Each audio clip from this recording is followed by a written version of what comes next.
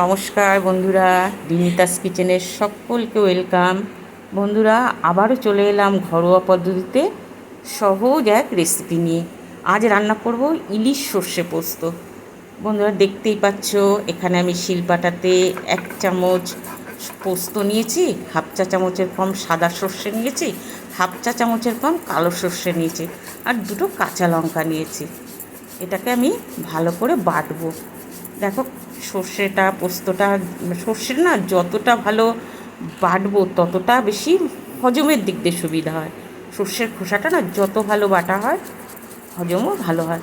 চাইলে কেউ ছেঁকে জল দিয়ে ছেঁকেও নিতে পারো, কেউ মিক্সিতেও করে নিতে পারো, মিক্সিতে পেস্ট করে নিতে পারো। এবার এটাকে আমি ভালো করে বেটে, দেখো কেমন করে আমি বাটছি, ভালো করে মিশিয়ে নিলাম। লঙ্কাটাকেও বাটছি।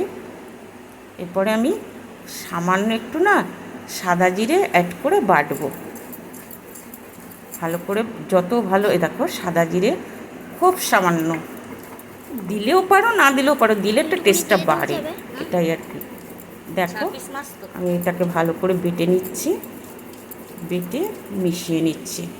সর্ষে, পোস্ত, কাঁচা লঙ্কা, সাদা জিরে, দেখো যত ভালো বাটা হয় রান্নাটার টেস্টও তত বাড়ে, তোমরা নিজেরাও জানো।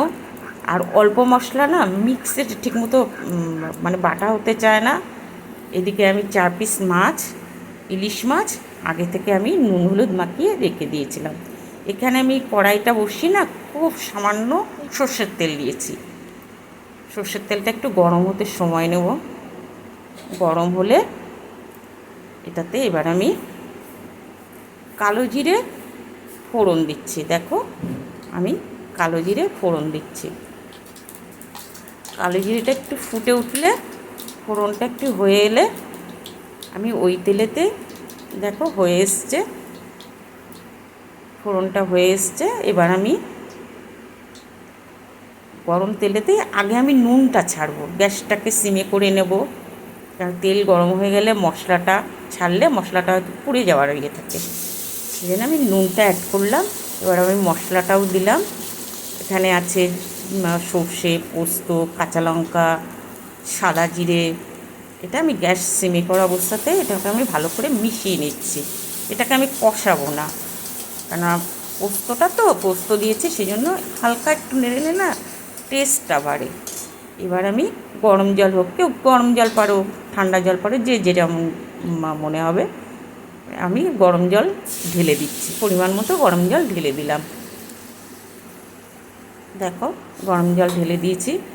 আর জানোই নুনটা আমি আগেই দিয়ে দিয়েছি, 1 চা চামচ নুন দিয়েছি।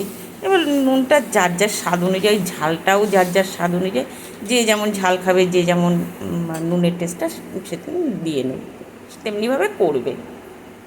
দেখো এবার ঝোলটা ফুটে উঠবে, ফুটে উঠলে পুরো ফুটে উঠবে, তারপরে আমি মাছগুলোকে,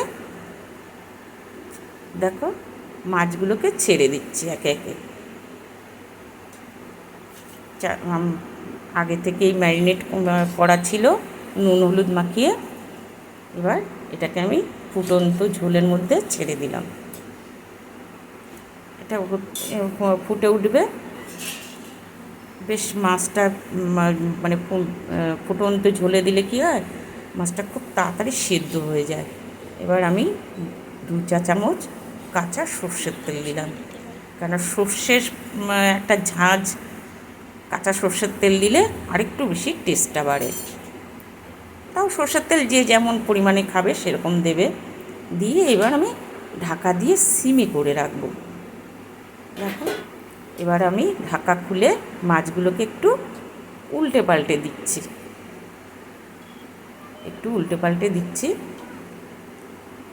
আর যতটা ভালো সেদ্ধ হবে ততটাই না মাছের ভেতরে নুন ঝাল মশলার মানে ফ্লেভারটা আসে এবং খেতেও টেস্টটা আলাদা হয়। দেখো প্রায় হয়ে এসছে। দেখো গ্রেভিটা তোমরা যে যেমন, যার যেমন প্রয়োজন সেই মতো রাখবে। আমার ইলিশ মাছ রেডি। তোমরা সকলে বাড়িতে বানিয়ে আমাকে কমেন্ট বক্সে জানিও।